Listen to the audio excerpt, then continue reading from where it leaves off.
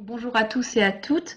Je suis Agatha Jekken, je suis ingénieure agronome à l'INRAE et je travaille sur les atouts verts des équidés en Europe depuis plus d'un an maintenant, avec des partenaires français, donc le Conservatoire des races d'Aquitaine et la Fédération nationale des conseils des chevaux, mais aussi européens, le European Horse Network, le European State Studs Association et le European Federation of Animal Science. Donc j'aimerais aussi remercier Céline Vial et Geneviève Bigot qui m'ont aidé à coécrire cet article et pas mal de livrables que je vais vous présenter un peu plus tard. Donc les atouts verts des équidés en Europe est un projet qui naît de deux constats. C'est que le premier, la filière équine soulève des questionnements spécifiques au regard de la question environnementale, de par d'un côté la place des équidés aujourd'hui dans la société, entre animal de rente, animal d'agrément, et d'autre part de l'usage qu'on en fait. Donc on peut penser au loisir, au travail, au tourisme, qui leur confère donc une place très particulière, et aussi donc, par conséquence, des impacts environnementaux spécifiques et particuliers. Et ce, à l'échelle de la filière française, mais aussi à l'échelle de toutes les filières européennes. Donc ces diversités posent des questions qui aujourd'hui n'ont pas de réponse. Donc on a un besoin de connaissance des impacts environnementaux et un besoin de promotion, notamment lors des discussions liées à la politique agricole commune 2020 qui sont en cours, qui présentent une réelle opportunité à saisir pour la filière équine française et européenne, afin de mieux introduire les équidés dans la transition écologique en cours. Donc les objectifs de notre projet étaient réellement de faire un état de l'art des impacts environnementaux des équidés, donc les définir, les qualifier, les quantifier, car il y a un réel manque d'une vision d'ensemble des impacts environnementaux des équidés. Cet état de l'art servira d'appui aux acteurs clés. Donc par exemple, lors du meeting du European Horse Network, on a vu que beaucoup d'acteurs européens étaient intéressés par ces problématiques-là. Et ce projet va aussi servir de support de développement d'un cadre commun et de cohésion entre les filières, notamment lors des débats politiques de la PAC 2020. Comment avons-nous procédé? Donc, nous avons fait une revue de littérature et mené des entretiens semi-directifs avec des personnes ressources au nombre de 15. Et cette revue de littérature et ces entretiens ont permis de mettre en exergue 5 atouts verts liés d'une part à la nature des équidés. Donc les équidés sont des herbivores qui vont pâturer. On parle aussi de biodiversité des races comme un atout environnemental, soit lié à l'occupation du territoire spécifique qu'ont les équidés, et enfin soit aux usages très particuliers des équidés dans le monde d'aujourd'hui, donc à travers du travail des équidés ou du tourisme équestre. Donc les entretiens semi-directifs ont été faits avec des personnes d'un milieu plutôt professionnel, du milieu de la recherche et des institutions publiques, que ce soit au niveau donc, de la France ou de l'Union européenne. Je vais donc rapidement vous présenter les résultats que nous avons trouvés concernant ces 5 atouts verts. Pour plus de renseignements et pour creuser un peu le sujet, je vous renvoie vers notre article Wikipédia qui s'appelle Panorama des atouts verts des équidés en Europe, voire pour ceux qui parlent anglais et comprennent l'anglais, vers notre article dans la revue Animals. Donc, rapidement, les équidés présentent des spécificités morphologiques, physiologiques et comportementales lorsqu'ils pâturent. Et ces spécificités auront comme conséquence de créer une structure hétérogène des prairies avec des zones d'herbes rases et des zones d'herbes hautes qui auront comme effet de créer des niches écologiques bénéfiques pour la flore et pour la faune. Donc ici, il y a toutefois une menace qui peut se présenter pour la prairie, c'est le surpâturage. Toutefois, en certaines zones, par exemple montagneuses, des éleveurs utilisent les équidés comme complément lors du pâturage des bovins pour mieux gérer les prairies, améliorer leur qualité, etc. Donc, plus globalement, le pâturage équin a des effets sur la biodiversité sauvage, floristique, faunistique, le paysage et enfin sur les émissions de gaz à effet de serre, car les prairies sont des puits de carbone.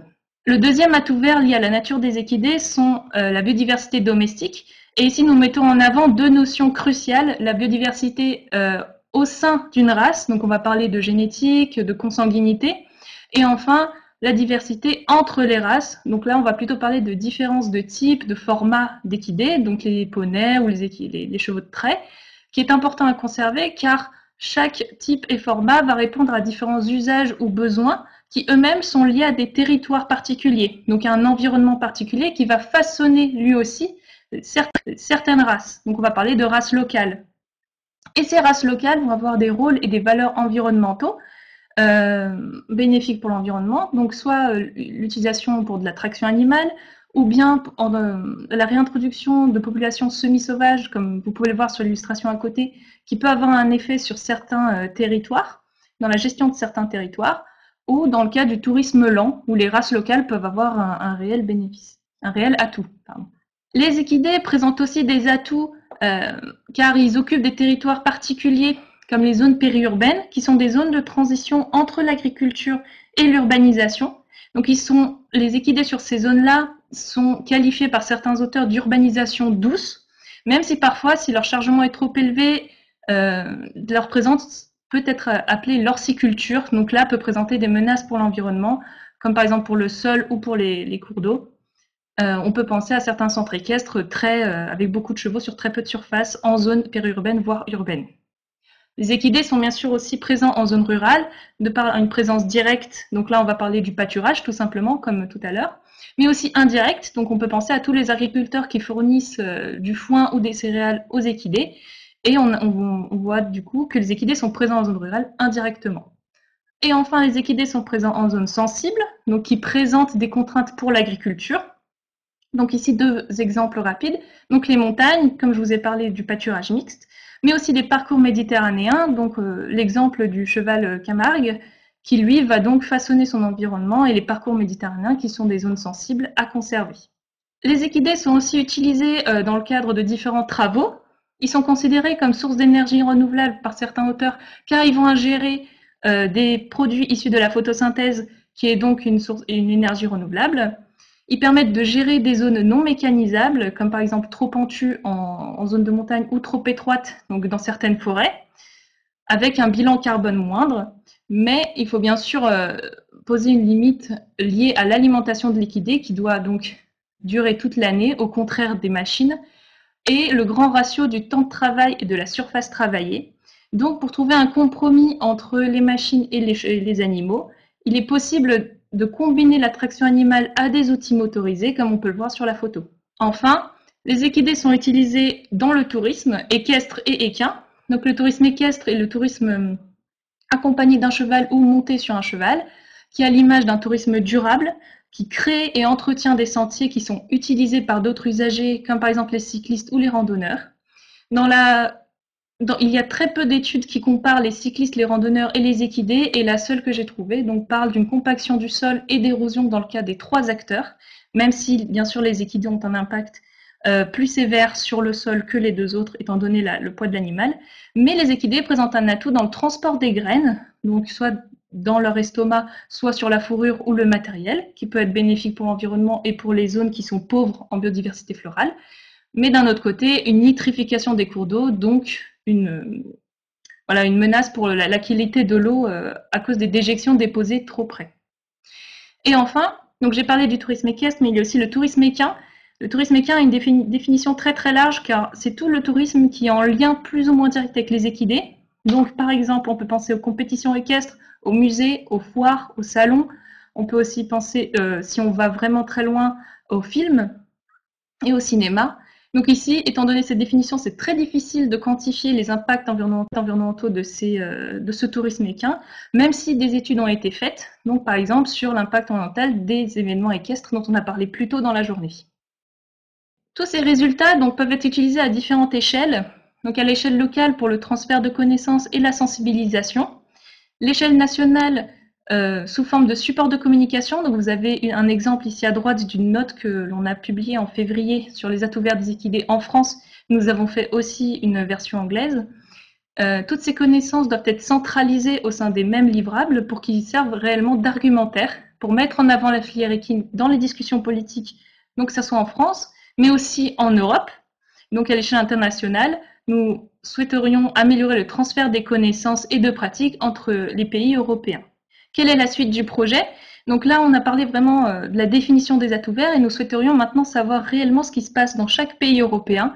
Donc nous créons un outil de collecte de données environnementales des filières équines internationales, donc déjà testé sur 7 pays aujourd'hui et nous allons continuer afin de créer un réel panorama européen. Pour changer d'échelle, nous sommes en train de travailler sur un outil de diagnostic environnemental nommé CAP2ER Equin, donc développé avec l'Institut de l'élevage, qui permettrait ici d'avoir l'empreinte carbone d'une structure équine en termes de kilogrammes équivalent CO2 par exemple. Pour illustrer les atouts verts, nous souhaiterions faire et réaliser des reportages vidéo donc dans des haras nationaux allemands, slovènes et français, et bien sûr poursuivre la valorisation pour tout type de public. Donc ce qu'il faut retenir, c'est qu'aujourd'hui les équidés sont en sein d'une pluralité d'usages et présentent des atouts environnementaux uniques. L'objectif du projet est de mieux les intégrer dans la prise de conscience écologique du monde agricole, mais aussi de la société. Pour cela, nous centralisons les connaissances et nous les diffusons à des publics variés. Et pour la suite du projet, nous souhaiterions continuer la diffusion des connaissances au travers de divers livrables et surtout améliorer nos connaissances des filières étrangères pour permettre un transfert de pratiques et de savoir et enfin agir d'une voie commune auprès des instances européennes. Merci beaucoup. J'ai été un peu rapide, donc voilà, n'hésitez pas à poser des questions si vous voulez que je revienne sur certains points. Et merci pour tous les partenaires.